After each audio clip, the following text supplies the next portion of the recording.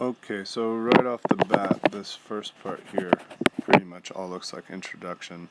I don't want to get into the introduction too much because we are going to do that separately, but I just want to say that the language you're using is really, really good.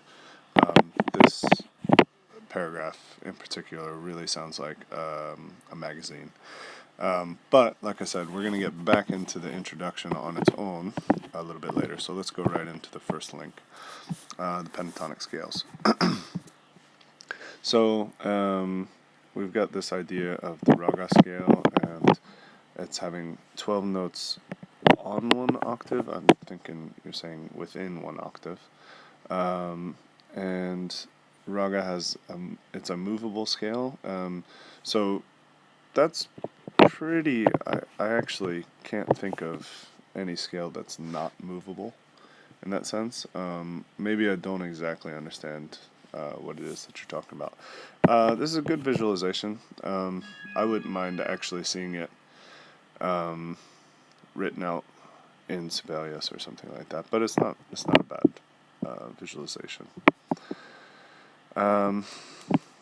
Okay, so this next part is where we start talking about it going into a pentatonic scale, but to be honest, what you write here kind of is the opposite of just a pentatonic scale. Like, you talk about part of it being within a minimum of 5, but I'm not sure how closely that fits into what exactly we're saying.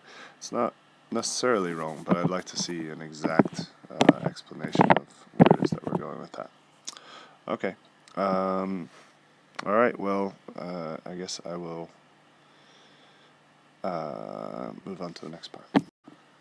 So this second section kind of explains a little bit more of it into a pentatonic scale, which is good. Obviously, the figure doesn't show here, but it does show in the Word document, so we'll be able to figure that out. And I'd like you to explain that sentence. It says it helps emphasize the lower notes in the pensive mood, so maybe you could kind of explain how it does that. I'm not exactly sure without listening to the piece, but maybe we could figure that out.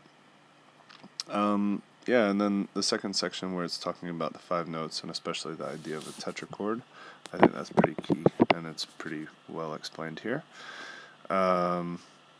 And obviously with the figures in, it'll make a lot more sense. And throughout this entire part here, I think it's really well written, and it's really clear what it is that you're trying to get across. Overall, if you don't mind, I'd like to use yours as an example for some of the other people to take a look at, for at least the writing style.